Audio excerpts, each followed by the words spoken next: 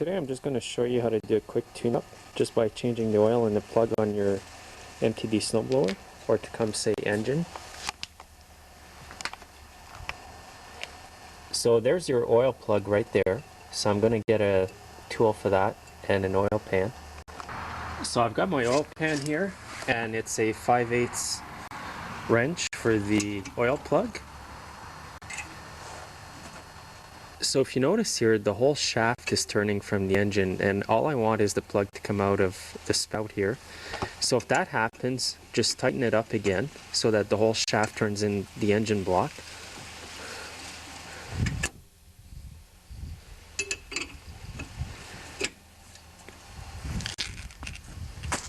And then with some vice grips, just clamp onto the tube.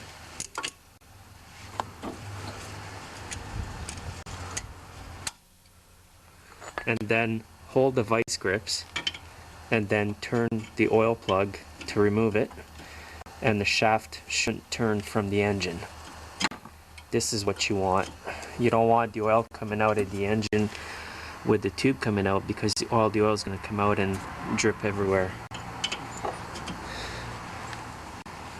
So before you do this procedure, run your machine for about a minute just to warm up the oil, just so that it flows easier.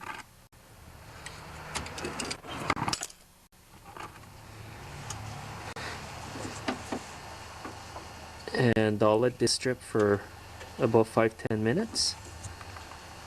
You can loosen the oil cap as well if you want to give it more air, just so that it drains quicker. Also, you want to prop up the front of the snowblower just so that it's tilted a bit toward the back. This will allow all the oil to actually drain out of the engine.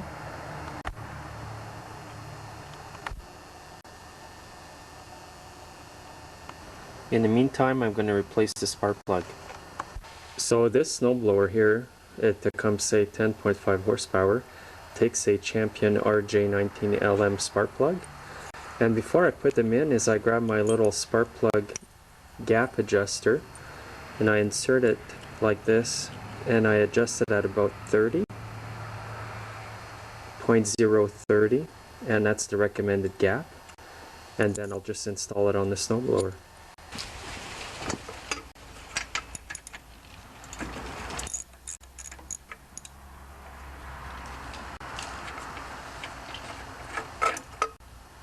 There's the oil plug.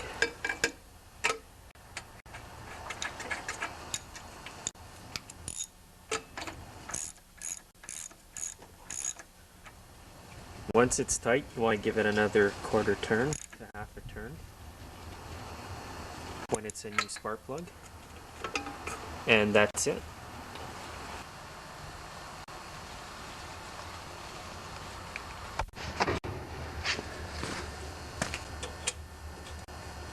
So now that the oil's all drained, I'll just put the plug back on. You want this fairly tight as well.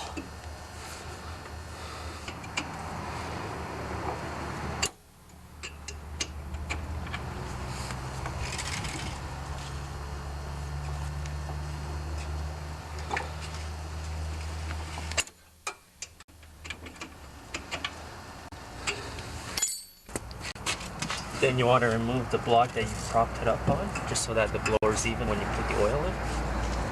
So this blower is at 10.5 horsepower. It takes approximately 1 liter of oil, not quite 1 full liter. And what I use in there is 5W30. Doesn't matter really what brand, but I try to use name brands like Wicker State or Castrol. And you might need a funnel to put your oil in.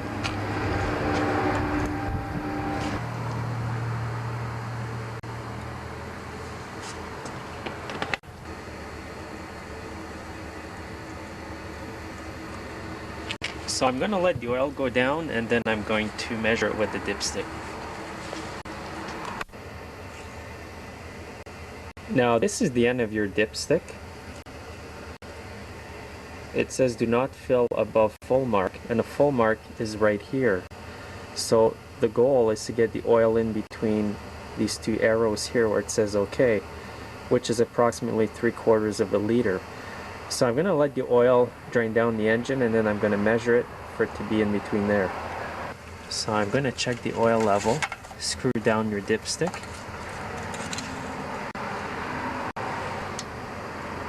So I'm still a bit low. As you can see, the oil only goes up to here, which ends up being just partly in the OK mark. So I'm going to add a bit more oil.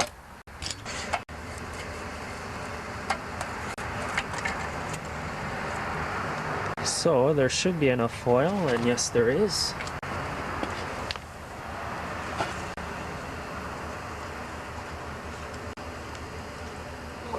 So the oil's right to the full mark, and that'll be good. So I'm just going to put this away and be done with that.